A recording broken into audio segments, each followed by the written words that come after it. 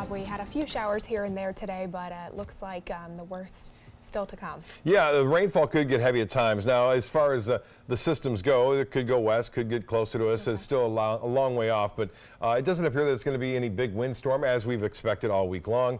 And it looks like the rain could be a problem as far as flooding goes if it follows the GFS. Which, by the way, the GFS is the only model that really had this as a tropical system about 10 days ago, moving into the Gulf of Mexico. Now, granted, the GFS does spin things up at times a little much more than the other models do, but nonetheless, it did get that right. A KCK webcam showing a beautiful sunset tonight. Not many storms around today because of some very dry air that has moved on in. Weather headlines read like this: mainly afternoon storms through Friday now. We'll see showers and storms scattered about in the afternoon, mainly in the evening. Maybe increasing clouds as a result of the system down to our south on those 2 days. Heavy rain looks to be timing-wise Saturday, and that's going to be midday through Saturday night. That's, again, subject to change. And then rain chances stay high, but they come down a little bit for Sunday and Monday. So we may be able to salvage a day or two with getting some sunshine in there and maybe not as rough weather if everything goes as planned. And if the European model, and it verifies with it, and it's further off, the European still showing a good deal of rain, even into Florida, because we'll be on the dirty side. Nothing like that today, though. Boy, just a line of showers developing along that sea breeze front did produce some locally heavy rainfall at times, especially along I-75.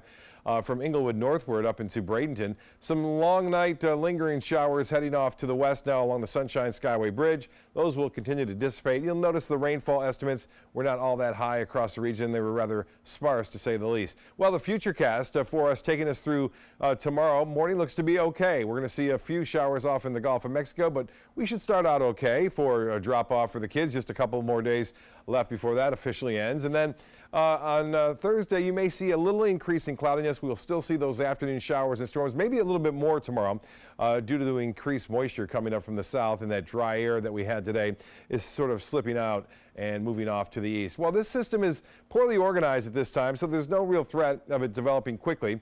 There are several pockets of rather intense storms near the Yucatan Peninsula and off the coast of Honduras. That dry air I mentioned, it was around for a little bit the time today. Still a little bit of dry air out there. That will thin out, I think, throughout the night. If you didn't see this earlier, our chances have increased to 70% tonight now. That's from the National Hurricane Center of this becoming a tropical cyclone. Could it be a subtropical cyclone? Yes. It could be also just a depression. So we'll watch it as it moves off to the north, especially on Friday.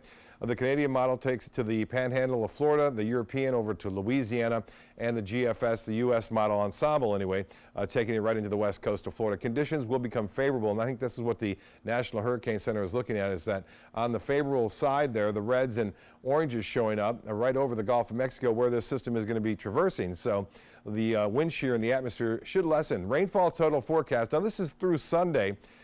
These will change too depending upon the future movement and path, but right now we're talking about 3 inches. Some isolated areas could get at least maybe 4 to 6 inches of rainfall in some isolated areas. 76 right now.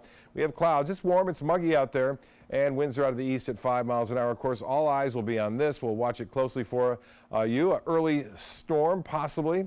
Alberto, by the way, is the next name up on the storm system. Southeast winds tomorrow turn to the south. For boaters, things will be okay, but not by the weekend. Although we're not expecting a big windstorm, it's going to be tough going, I think, on Saturday. High surf, too, and that will be a problem for rip currents. People going to the area beaches, even on Sunday, those high waves will be coming in.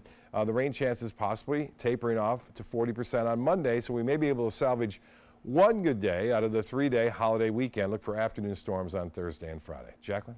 All right, Bob.